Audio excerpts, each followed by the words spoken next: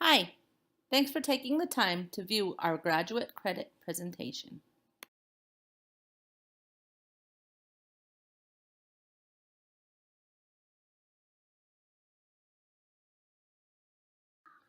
Our assignment was to work together to plan a brand new school library that's 1,500 square feet. The library is going to serve K through 12 students and will have 2 librarians. Yay! Our state-of-the-art library might look a little bit like this. Every library has to have a mission statement. Our mission is to prepare students to access, evaluate, and use resources effectively and efficiently to meet their information needs, to provide materials in varied formats which support the curriculum, independent learning, and personal enjoyment, and to encourage collaboration with other educators to develop strategies that meet the needs of students and the Montana Library Media Content Standards. Hi, my name is Willow Timothy. My idea of a successful library design is one that creates a space that is multifunctional, with places to study, places to read quietly or visit with friends.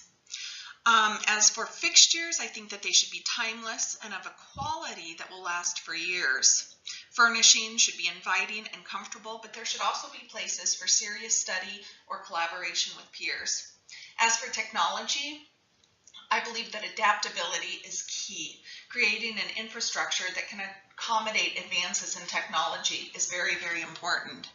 I think that we did a great job of meeting these goals with our Dream Library. It's a space that students, faculty, and any teacher librarian would be happy to spend time in.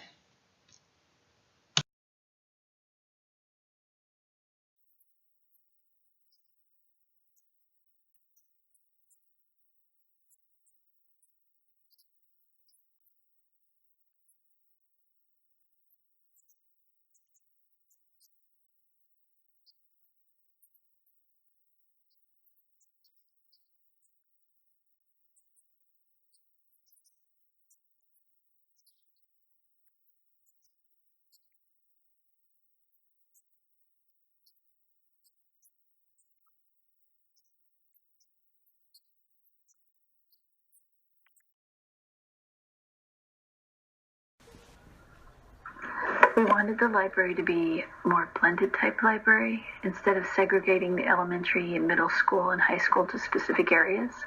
So this floor plan sort of lends itself to a more communal, fluid sort of space, even with those designated areas. We also wanted a balance of study, work, meeting, and lounge areas so that the library would foster all sorts of different learning styles and environments.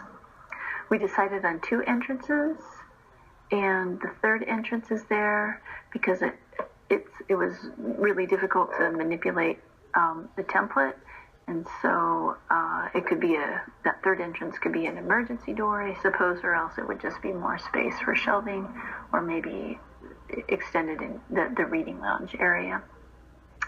The template came from the library store, and there are all sorts of templates to use there. This one started as a small library, and I readjusted a few things from the template and tried to figure out dimensions, but that wasn't really easy to do. Overall, though, I think that the layout is pretty functional and pleasant and hopefully inviting.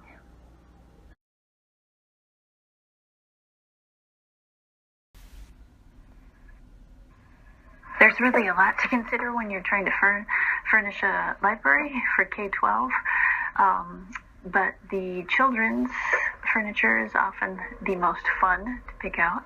We wanted the children's section to be fun and comfortable. The wood chairs and tables here can be ordered with a variety of animals. We thought choosing the animals seen in Montana would be most appropriate to our theme, so we could get bears and beavers, deer, turtles, that sort of thing. The caterpillar cushions can be moved around really easily, and the reading benches would sort of skirt the outside of the children's area a little bit on 1 or 2 sides, and there would be extra shelving below for picture books or games. And then overall, the colors and patterns for this section would hopefully sort of accent the less vibrant palette that we've picked, and would create a more welcoming space for the children visiting the library.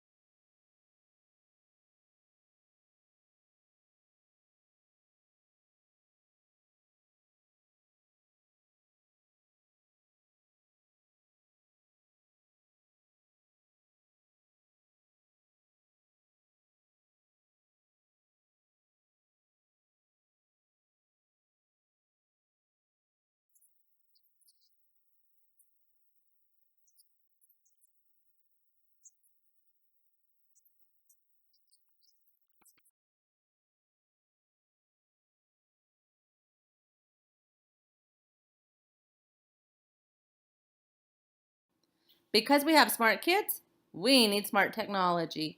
We need a smart TV. To make the smart TV work with all of our Apple devices, we need an Apple TV. An Apple TV ensures that whatever we're doing on our Apple device, the kids can see on the smart TV. Cataloging software is an absolute must. Follett Destiny has a great cataloging software. The licensing for that is about $4,700. A library is a place for students to read for knowledge or pleasure, interact with peers, complete homework, explore interests, collaborate, and develop valuable lifelong skills. Technology plays an important role in fulfilling these functions, and although it comes with a hefty price tag, it is well worth the investment. Exposure to up-to-date technology prepares students for success in today's world. This smartboard model was chosen for its versatility and mobility. The card allows it to be moved easily around the library or school. Built-in web browsers allow for true student interaction, and students can link to lessons via iPad or Chromebook. Students and staff can do many things with an iPad. An iPad can be a document camera, an e-reader, or a drawing tool. All iPads in the school library need a bumper case. A bumper case can be dropped from a very high place and not break. A Chromebook is a web-based laptop that helps with research and writing papers. A Chrome management license helps keep track of the actual Chromebook as well as the sites the students are visiting. Having more than one barcode scanner will make a big difference in the library. This will ensure that both students and support staff can help the librarian with checking out, checking in, and cataloging books.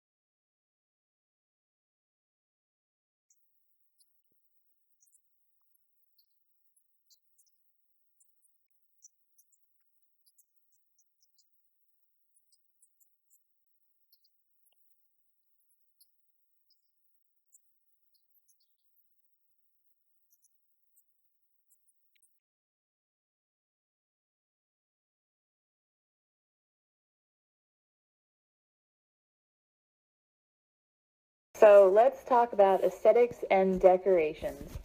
First, the paint color. We're choosing to stick with an earth tone palette because we feel that will be a nice, natural, neutral paint color that will not offend the eyes as you are engaging in this lovely library. So what you see here is a sample of some earth tones. Of course, it can be broader or more narrow than that, but we feel like this is a pretty decent example of the color palette that we're looking for. And this is actually great because it will provide a neutral backdrop for the wall hangings that I'm looking at. It will provide a nice calming atmosphere that will complement rather than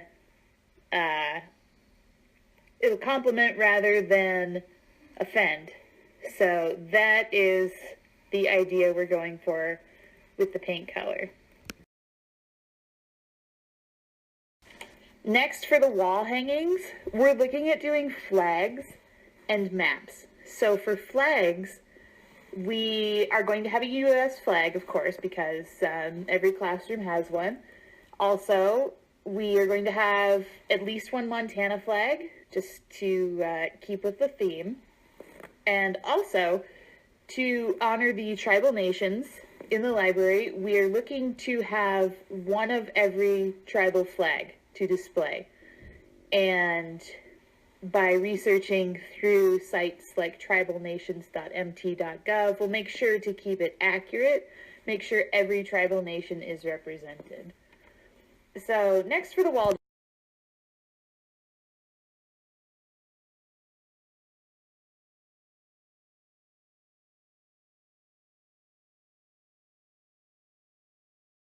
So next for the wall decorations, we have maps.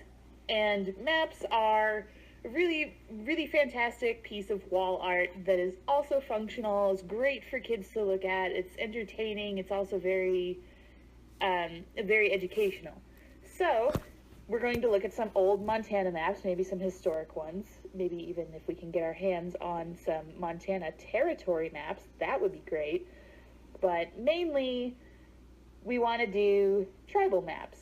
So a map like the one pictured that shows the tribal nations and their, I guess, sphere of influence, you could call it. You know, their reservations, obviously, but also just the zones that those tribes commonly lived in.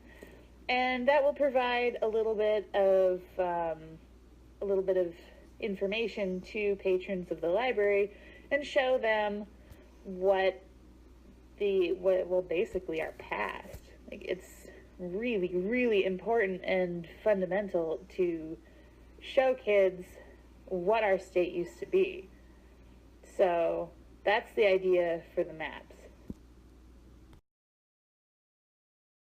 We have potted plants. And this is a little bit of, I suppose it's a little bit of a gray area, because what we're really looking for is species that are native to Montana. And this is not only to cover the boundaries and avoid invasive species, but also to really show kids some of these native species, what they are, what exactly this is when they find this plant in their yard. And because a lot of them are wildflowers, you know, they provide a nice, colorful, a colorful piece of, well, natural art in the library. And they also provide a nice fragrance. And they're just, I don't know, I think flowers make people happy. Maybe people would agree or disagree. But the flower that you see pictured here is actually called a fairy slipper, which is a type of orchid.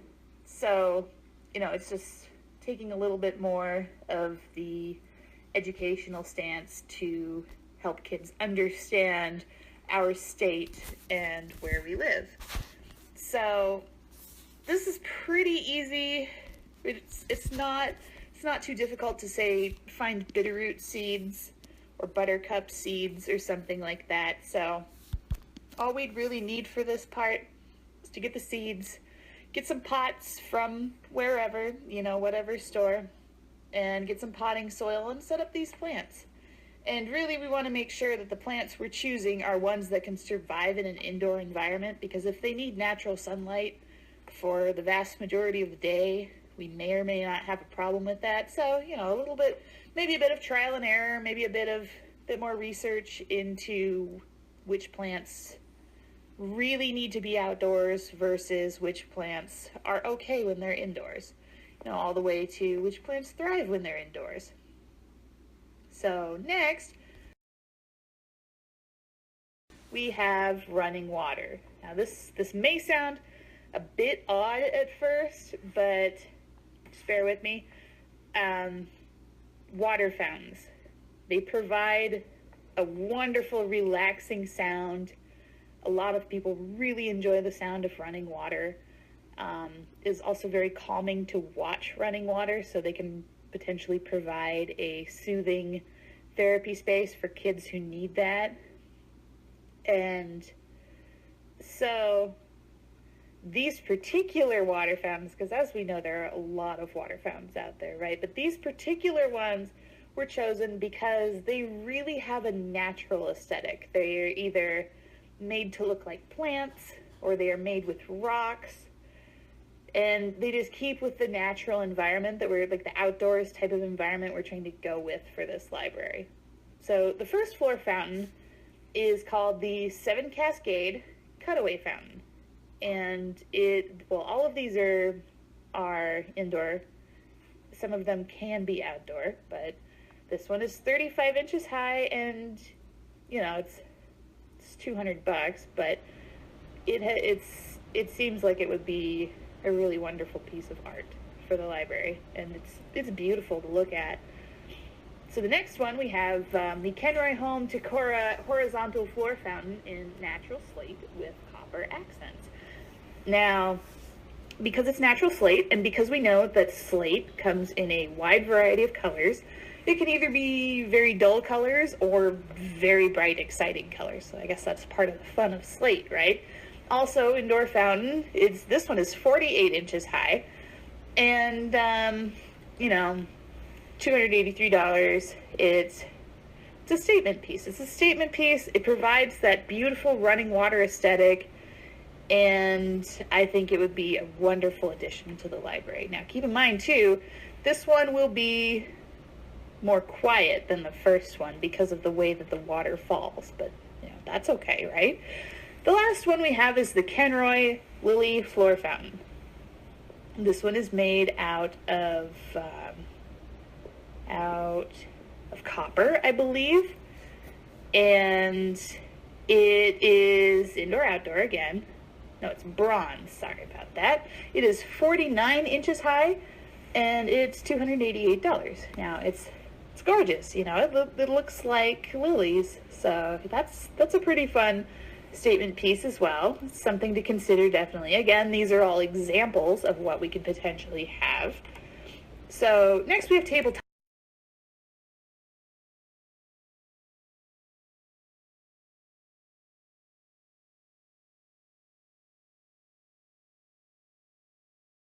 Finally, we have music. So this is touch and go. It's not necessarily mandatory, but if we have the speaker set up, in my opinion, absolutely yes. We need music. Music is proven to help promote concentration. It really makes or breaks an atmosphere, in my opinion. So I feel like it's very important. Plus, if we go the route of playing classical artists, it helps introduce kids to these artists that they may or may not ever get to learn about.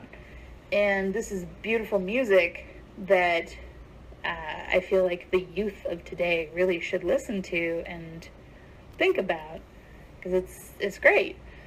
So we're looking to play classical music over the library speakers. Now, you can play others. You can play like ambient music, maybe new age instrumental music, but the problem with that is if it was composed before 1922, it's in the public domain. If it's composed after 1922, it is not. So if you choose something newer, you're going to have to obtain licenses for it because we're playing it in a public place. So in order to avoid that, just go with classical music because it was all composed before 1922. Therefore, it's in the public domain. Problem solved. And that's it for my portion.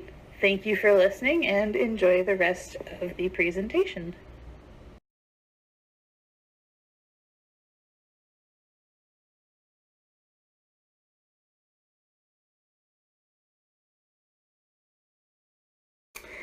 Maker spaces have grown significantly in the last 10 years and have become a staple for creative learning in libraries across the country. And libraries are definitely a natural placement for a makerspace. as they're really a library is sort of the hub of information seeking. Actually, makerspaces is not a new concept. They can date the first makerspace back to 1873 when women did quilting classes in local libraries. Only recently it's been given the name makerspace. So there's lots of research on the benefits of makerspace, and that's why we chose to put one in our beautiful library. Engaging students in collaborative learning, makerspaces, they support a greater range of learning styles, and additionally it gives kids motivation to research and read, and thereby we're really ensuring that each of those kids meets the Montana literacy media standards. So we felt as a group that a makerspace was a non-negotiable as far as something that would help our students meet the 21st century learning skills. So for our makerspace, we chose materials that kindergarten through 12th grade could utilize, given the fact that the library serves all of those grade levels. We also wanted to make sure that the materials chosen were ones that were going to meet those 21st century learning standards and also ensure collaboration, because the makerspace is an area where kids should be working together and coming up with ideas, questions, and doing further research. So the materials chosen, while are a little spendy, it's important that they last a long time and that they can be used and reused over and over again. So even some of the things that might look a little juvenile for, say, our high school kids, like perhaps the programmable mouse, they can still use that because there is coding, and actually that would be a great way for kids in high school and in the elementary school to collaborate together and work and transcend even grade levels. There is some teachers' resources as well, so that they can help guide the process through these makerspaces. But mostly we want to remember that a makerspace is meant for kids to do their own inquiry learning, to do their own research, to do their own experiments, and so on. So that is how we chose the materials for our makerspace.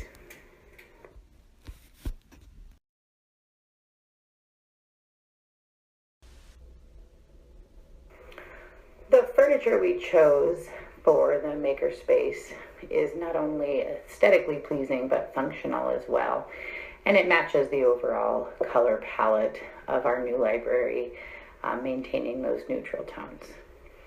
You'll also notice that the tables and also the iPad cart have wheels, and that is for function as well, so that in a makerspace we want kids to be able to move things as they need them, push tables together, pull them apart, create their own working space that they see fit. The material is durable and will last hopefully for generations. Also, the tables being different heights and having those lower shelves there meets the needs of our younger students as well as our older students.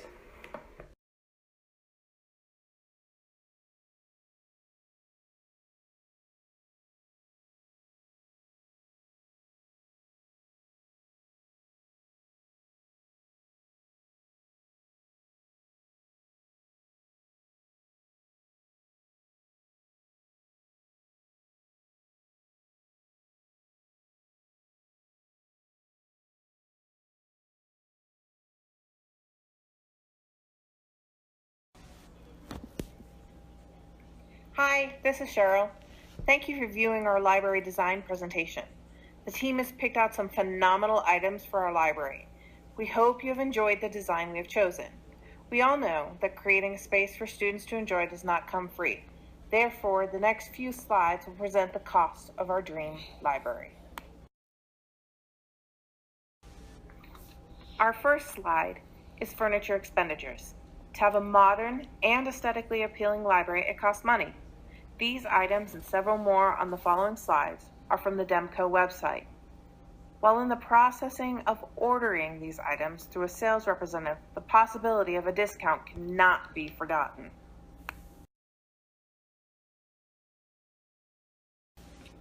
The overall cost for furniture expenditures comes to $47,955.80.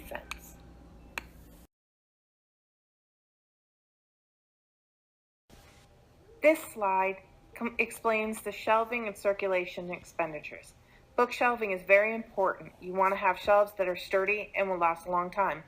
Plus, your circulation desk needs to be easily accessible for all students and a comfortable working space for staff. The overall cost of these items is $67,009.65. This slide deals with the technological aspects of the library. With modern-day technology practices ever changing, we must ensure we provide our students with top-notch technology. This goes for us as librarians.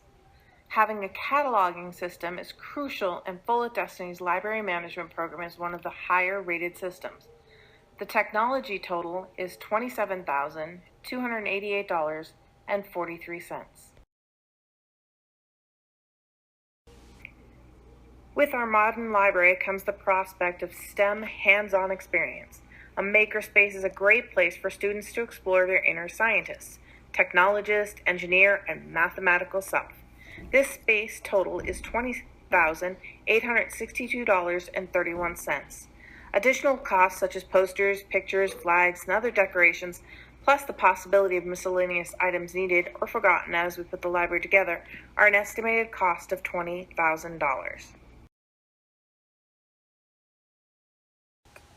The grand total of our dream library comes to $163,112.19.